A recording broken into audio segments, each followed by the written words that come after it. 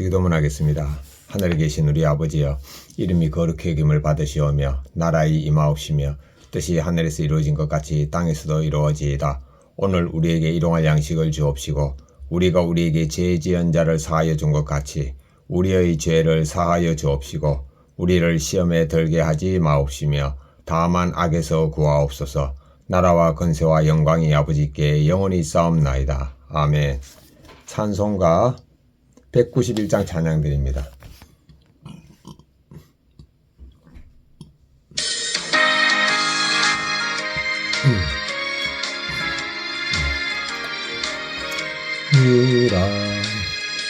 내가 매일 기쁘게 순례의 길 행함은 주님 팔이 나를 안보함이요.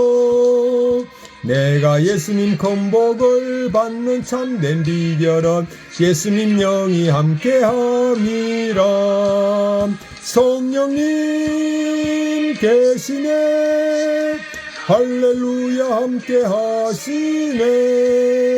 좁은 길을 걸으며 밤낮 기뻐하는 것 주님 영이 함께함이라.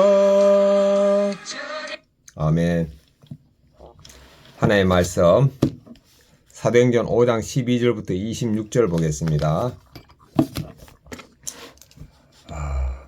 사도들의 손을 통하여 민간의 표적과 기사가 많이 일어나매 믿는 사람마다 다 마음을 같이하여 솔로몬 행각에 모이고 그 나머지는 감히 그들과 상종하는 사람이 없으나 백성이 칭송하더라. 믿고 죽게 나오는 자가 더 많으니 남녀의 큰 무리더라. 심지어 병든 사람을 메고 거리에 나가 침대와 요위에 누이고 베드로가 지날 때 혹 그의 그림자라도 누구에게 덮일까 바라고 예루살렘 부근의 수많은 사람들도 모여 병든 사람과 더러운 귀신에게 괴로움을 받는 사람을 데리고 와서 다 나음을 얻으니라. 대제사장과 그와 함께 있는 사람 즉 사두개인의 당파가 다 마음의 시기가 가득하여 일어나서 사도들을 잡아다가 옥에 가두었더니 주님의 사자가 밤에 옥문을 열고 끌어내어 이르되 가서 성전에 서서 이 생명의 말씀을 다 백성에게 말하라 하며 그들이 듣고 새벽에 성전에 들어가서 가르치더니 대제사장과 그와 함께 있는 사람들이 와서 공회와 이스라엘 족속의 원로들을 다 모으고 사람을 옥에 보내어 사도들을 잡아오라 하니 부하들이 가서 옥에서 사도들을 보지 못하고 돌아와 이르되 우리가 보니 옥은 든든하게 잠기고 지키는 사람들이 문에 서 있으되 문을 열고 본즉 그 안에는 한 사람도 없더이다 하니 성전 맡은 자와 제사장들이 이 말을 듣고 의혹하여 이 일이 어찌 될까 하더니 사람이 와서 알리되 보소서 옥에 가두었던 사람들이 성전에 서서 백성을 가르치더이다 하니 성전 맡은 자가 부하들과 같이 가서 그들을 잡아왔으나 강제로 못함은 백성들이 돌로 칠까 두려워함이더라. 아멘.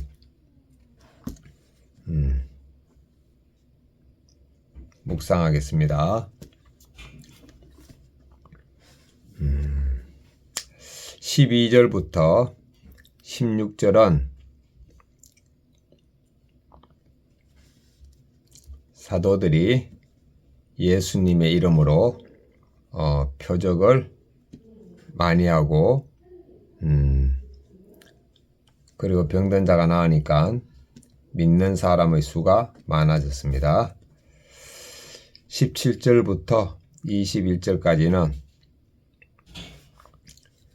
대제사장과 그 무리들이 시기가 가득하여 사도들을 잡아 옥에 가두었는데 천사가 주의 사자가 나타나서 옥문을 열고 복음을 전하라고 합니다. 22절부터 26절까지는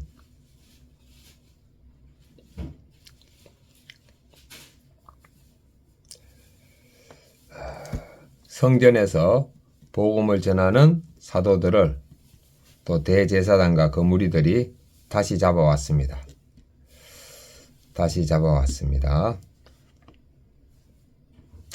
자, 이 적용을 하겠습니다. 첫 번째 적용은 저는 죽었고 예수님이 사심을 의식하면서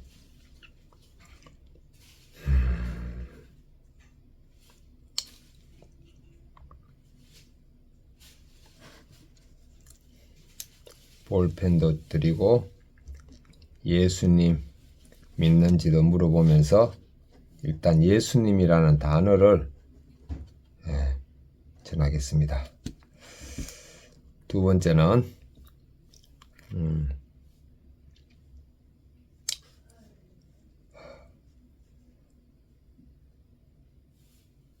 십자가에 죽었음을 의식하고 예수님과 함께 있음을 주먹을 쥐면서 의식하겠습니다. 자, 큐티인 본문 해설 보겠습니다. 12절부터 16절. 아나니아와 삽비라 사건 이후 성령님께서는 사도들의 손을 통해 많은 표적과 기사가 일어나게 하십니다. 앞서 성도들이 기도한 대로 응답된 것입니다. 그러자 믿는 사람들이 한 마음으로 모이고 주께 나오는 자가 더 많아집니다. 성령님의 역사는 한 영혼이 자기 죄에서 돌이켜 주 예수님께로 나아가게 합니다. 모든 표적과 기사의 목적은 영혼 구원입니다. 이것이 성령님의 관심입니다. 오늘 내가 회개하고 주께 나아가는 구원의 최고 표적과 기사입니다. 모든 표적과 기사의 목적은 바로 영혼 구원이다. 내 삶에서 회개하고 주께로 나가야 할 부분은 무엇입니까? 성령님의 표적인 구원의 기쁨을 얼마나 체험하고 있습니까? 회개하고 주께로 나가야 할 부분은 아내의 말을 존중하는 것입니다. 어제 김상호 형제와 대화를 나누다 보니까 제 자신이 보였습니다. 17절부터 21절. 표적과 기사가 일어나자 대제사장과 사두개인 당파가 시기심으로 사도들을 오게 가둡니다. 그들은 천국이 아닌 현세의 권력을 누리고 있기에 사도들의 사역을 자기들에 대한 위험으로 여겼습니다. 열등감과 두려움에서 비롯한 이런 시기는 하나님을 대적하는 반역입니다. 그러나 하나님은 주의 사자를 보내 사도들을 풀어주시고 성전에서 생명의 말씀을 전하게 하십니다. 생명의 말씀이다. 하나님은 옥에 갇힌 듯한 나의 환경도 복음 전파의 기회로 바꾸십니다. 이것이 하나님의 능력입니다. 나는 어떤 기득권에 집착합니까? 시기와 두려움으로 미워하는 사람은 없습니까? 현재 없습니다. 22절부터 26절. 대제사장의 명령으로 사도들을 데리러 오게 온 부하들은 그곳에 한 사람도 없는 것을 발견합니다. 사도들은 주님의 사자의 명령대로 옥에서 나가자마자 새벽부터 성전에서 복음을 전하고 있었습니다. 성전 맡은 자가 부하들과 함께 그들을 잡으러 가지만 백성을 두려워하여 대제사장에게 겨우 데려옵니다. 하나님의 일은 인간의 힘으로 결코 막을 수 없습니다. 하나님은 인간의 반대와 방해를 통해서도 구원의 역사를 이루어 가십니다. 내가 복음을 전하는데 방해되는 장애물은 무엇입니까? 그런 상황 속에서 적극 순종합니까? 현재 방해되는 장애물은 잘 생각나지 않습니다. 수치스러운 묵상간증, 큐티인 묵상간증입니다. 곽회능님. 수치스러운 족보가 믿음의 계보로 저는 믿는 아내와 처가 식구들이 아무리 복음을 전해도 전혀 관심이 없었습니다. 그러다가 첫 딸이 갑자기 세상을 떠나자 어머니는 예수님 믿는 며느리가 집안에 들어와서 안 좋은 일이 생겼다고 하셨습니다. 그때부터 저는 처가를 멀리하고 상종하지 않았습니다. 그 후 아들이 태어나면서 그 일이 잊힐 때쯤 아내는 막내딸을 낳다가 소천했습니다.